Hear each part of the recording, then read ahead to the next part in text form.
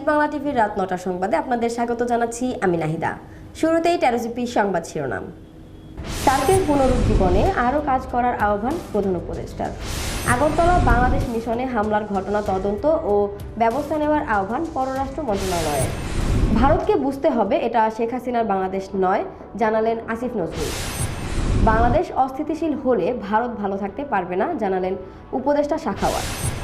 যুদ্ধবিরতির মধ্যেও লেবাননে ইসরায়েলি হামলায় নিহত 11 এবং ইতিহাস গড়ে হকি বিশ্বকাপে Bangladesh.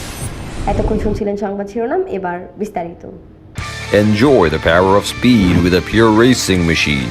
Taro Bangla, a symbol of elegance. প্রধান উপদেষ্টা অধ্যাপক ডক্টর মোহাম্মদ ইউনূস সোমবার দক্ষিণ এশিয়ার দেশগুলোর অভিন্ন স্বার্থে আঞ্চলিক সংস্থা সার্ককে কার্যকর করতে সংস্থার সচিবালয়কে আরও নিবিড়ভাবে কাজ করার আহ্বান জানিয়েছেন। প্রধান উপদেষ্টা বলেন, সার্ক একটি বিস্তৃত শব্দ, এটিকে পুনরুজ্জীবিত করতে পারলে এটি পুরো অঞ্চলের মানুষের কল্যাণ বয়ে আনবে। সার্কের মহাসচিব গোলাম সারওয়ার ঢাকার তেজগাঁওয়ে তার কার্যালয়ে সাক্ষাৎকারে অধ্যাপক ইউনূস এক মন্তব্য করেন। সেক্রেটারি জেনারেল সারওয়ার সার্কের বড় সমর্থক হওয়ার জন্য অধ্যাপক ইউনূসকে ধন্যবাদ জানিয়ে বলেন, বহুপক্ষীয় সংস্থার পুনরুজ্জীবনের জন্য দক্ষিণ এশিয়ার নেতাদের কাছে তার সাম্প্রতিক আহ্বানে তারা উৎসাহিত হয়েছেন। তিনি বাংলাদেশের প্রধান উপদেষ্টাকে কর্মপর্যায়ে সার্কের চলমান কার্যক্রমের বিষয়ে অবহিত করেন, যার মধ্যে রয়েছে প্রোগ্রামিং কমিটি, আঞ্চলিক কেন্দ্রের গভর্নিং বডি এবং বিশেষায়িত সংস্থা, জলবায়ু পরিবর্তনের ঘটনা, এসডিজি আঞ্চলিক একীকরণ, শুল্ক সহযোগিতা ইত্যাদি। তিনি বলেন, উচ্চ পর্যায়ের বৈঠকের অভাবে কার্যকরী উদ্যোগগুলো পর্যাপ্ত শক্তি ও স্পষ্টতা পাচ্ছে না। অধ্যাপক ইউনূস ও সার্ক মহাসচিব, পররাষ্ট্র সচিব, পররাষ্ট্রমন্ত্রী এবং অন্যান্য খাতের মন্ত্রীদের বৈঠকের প্রয়োজনীয়তা এবং সংস্থার আরও ভালো কার্যকারিতার জন্য নেতাদের শীর্ষ সম্মেলনের প্রয়োজনীয়তা নিয়ে আলোচনা করেন।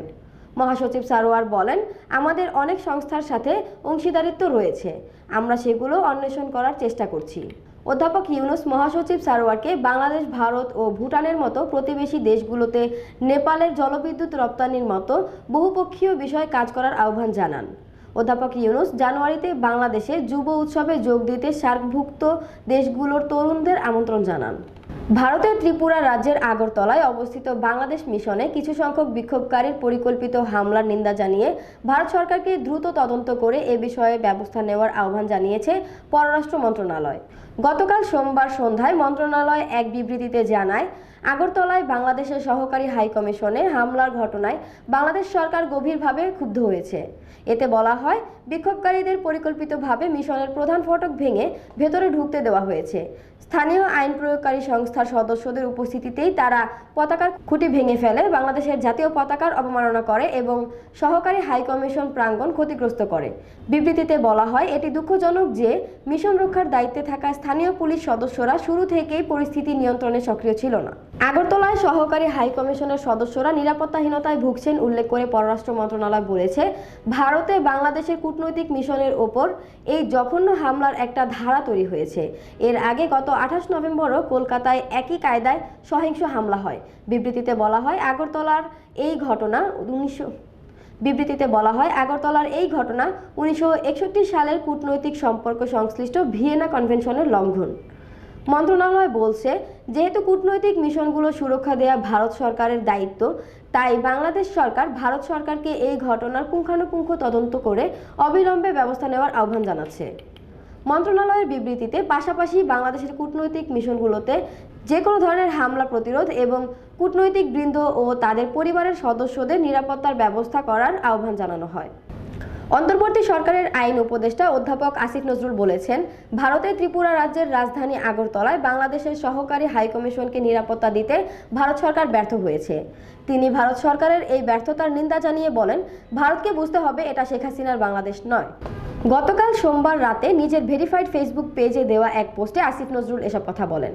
আগরতলার ঘটনা নিয়ে ফেসবুক পোস্টে আসিফ নজরুল বলেন, আজকে ভারতের আগরতলায় বাংলাদেশের সহকারী হাইকমিশন তছনছ করা হয়েছে, বাংলাদেশের পতাকায় অগ্নিসংযোগ করা হয়েছে। হিন্দু সংঘর্ষ সমিতি নামে একটি সংগঠনের সদস্যরা এই নেক্কারজনক ঘটনা ঘটিয়েছে। এই ঘটনা মুসলিম সংঘর্ষ সমিতি নামের কোনো সংগঠন বাংলাদেশে করলে কেমন আক্রমণাত্মক প্রচারণার মেতে উঠত ভারত। আন্তর্জাতিক আইন অনুসারে ভারতের মাটিতে বাংলাদেশের সহকারী হাইকমিশনকে পরিপূর্ণ নিরাপত্তা দেওয়ার দায়িত্ব ভারতীয় সরকারের বলে ফেসবুক পোস্টে উল্লেখ করেন আসিফ নজরুল।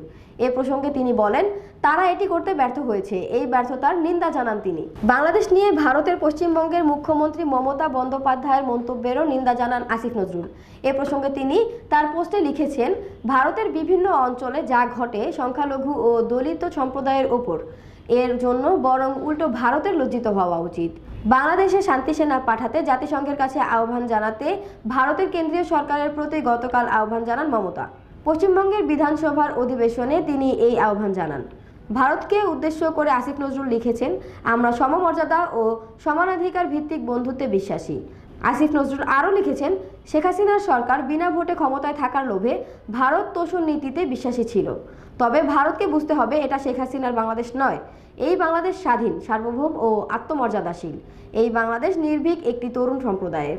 উল্লেখ্য, গতকাল আগরতলায় বাংলাদেশের সহকারী হাইকমিশন প্রাঙ্গণে ঢুকে হামলা চালানো হয়। বাংলাদেশের সংখ্যালঘু নির্যাতনের অভিযোগ তুলে হিন্দুত্ববাদী সংগঠন হিন্দু সংঘর্ষ সমিতি সহ কয়েকটি সংগঠনের সমর্থকেরা এই হামলা চালান বলে জানা যায়। একই দিন মুম্বাইয়ের বাংলাদেশ উপ হাইকমিশনের কাছাকাছি বিশ্ব হিন্দু পরিষদের আয়োজনে কয়েকশো লোক বিক্ষোভ করেন। অন্তর্বর্তীকালীন সরকারের নৌ পরিবহন মন্ত্রণালয় এবং শ্রম ও কর্মসংস্থান মন্ত্রণালয়ের উপদেষ্টা brigadier general doctor M Sakhawat Hossain বলেছেন, ভার যদি আমাদের পায়ে পড়ে ঝগড়া করতে চায়, এটা প্রতিবেশী দেশ হিসেবে ভালো লক্ষণ না। দুই দেশের সম্পর্ক ভালো হওয়া উচিত। বাংলাদেশ যদি অস্থিতিশীল হয় তাহলে তারাও ভালো থাকতে পারবেন না। আজ দুপুরে নারায়ণগঞ্জের ৫ নম্বর মাছঘাট এলাকায় BRWTA ১ প্রকল্পের লঞ্চঘাট মাল্টিপারপাস জেটি পরিদর্শনকালে সাংবাদিকদের তিনি এসব কথা বলেন। ডক্টর এম সাখাওয়াত হোসেন বলেন, ভারত বাংলাদেশে সাম্প্রদায়িক অস্থিরতা সৃষ্টির চেষ্টা করলে তারাও ভালো থাকতে পারবেন না। আর বাংলাদেশ 18 কোটি মানুষের দেশ। ভারতের কিছু মিডিয়া ও পলিটিক্যাল পার্টি ভোট পাওয়ার জন্য এটা করছে, এটা তাদের ব্যাপার। তবে আমি মনে করি ভারতের সঙ্গে যে সম্পর্ক রয়েছে সেটা যদি নষ্ট হয় তাহলে ভারতের ক্ষতি হবে, আমাদের না। তিনি আরও বলেন, শীতলক্ষ্যা নদী সহ দেশের সকল নদী দূষণ রোধে পরিবেশ মন্ত্রণালয়কে ও নৌ মন্ত্রণালয় সব ধরনের সহযোগিতা করবে। নদী রক্ষা কমিশনের মাধ্যমে নদী দখল রোধে অচিরেই কার্যকর ব্যবস্থা গ্রহণ করা হবে। বড় দখলদারদের বিরুদ্ধে ব্যবস্থা নিতে গেলে বাধা আসে।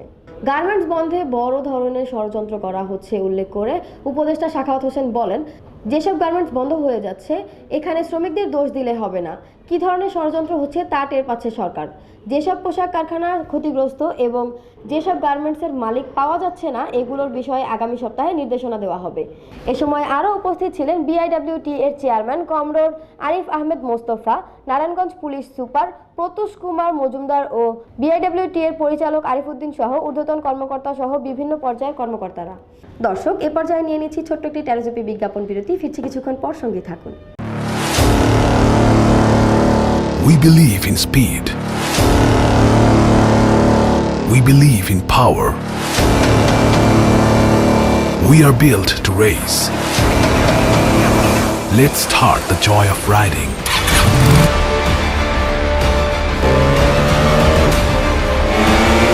Modified 150cc liquid cool engine.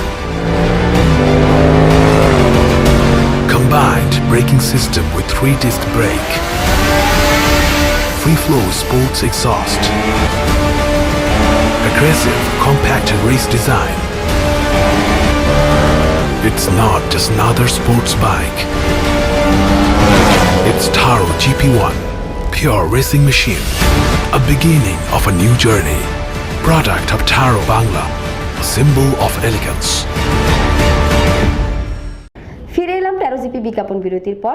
Enjoy the power of speed with a pure racing machine. Taro Bangla, a symbol of elegance. এবার আন্তর্জাতিক সংবাদ।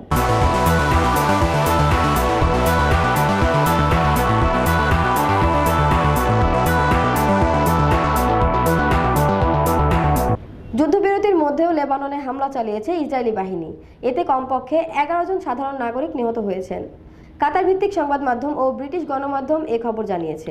সংবাদ মাধ্যমগুলো জানায়, সোমবার লেবাননের দক্ষিণাঞ্চলীয় জেলা নাবাতিয়ে হতে এ হামলা চালানো হয়। গত সপ্তাহে ইসরায়েল ও হিজবুল্লাহর মধ্যে যুদ্ধবিরতি কার্যকর হয়, তবে এর পরেও যুদ্ধবিরতি লঙ্ঘন করছে বলে অভিযোগ লেবাননের। দেশটির স্বাস্থ্য মন্ত্রণালয় জানিয়েছে সোমবার ইসরায়েলি বিমান হামলায় 2 জন নিহত হয়েছে। অন্যদিকে এর প্রতিশোধ নিতে পাল্টা হামলা চালিয়েছে হিজবুল্লাহ। এরপর ইসরায়েল আবার সিরিজ বিমান হামলা চালিয়েছে, এতে অন্তত 9 জন নিহত হয়েছে। দুই পক্ষের মধ্যে পাল্টাপাল্টি হামলায় যুদ্ধবিরতি ভেস্তে যাওয়ার পথে।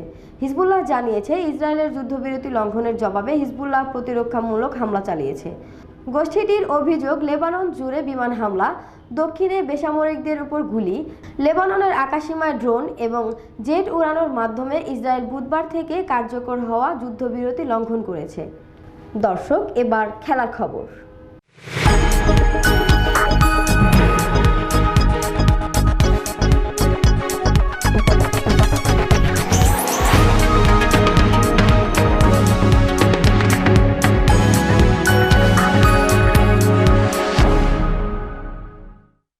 ইতিহাস গড়ে প্রথমবারের মতো যুব বিশ্বকাপে খেলা নিশ্চিত করেছে বাংলাদেশ যুব হকি দল। মঙ্গলবার ওমানের মাস্কটে যুব এশিয়া কাপ হকিতে থাইল্যান্ডকে 7-2 গোলে হারিয়ে যুব বিশ্বকাপে খেলা নিশ্চিত করে বাংলাদেশ অনূর্ধ্ব-21 দল। সিনিয়র যুব দল কোনো পর্যায়ে বাংলাদেশের থাইল্যান্ডের বিপক্ষে হারের রেকর্ড নেই।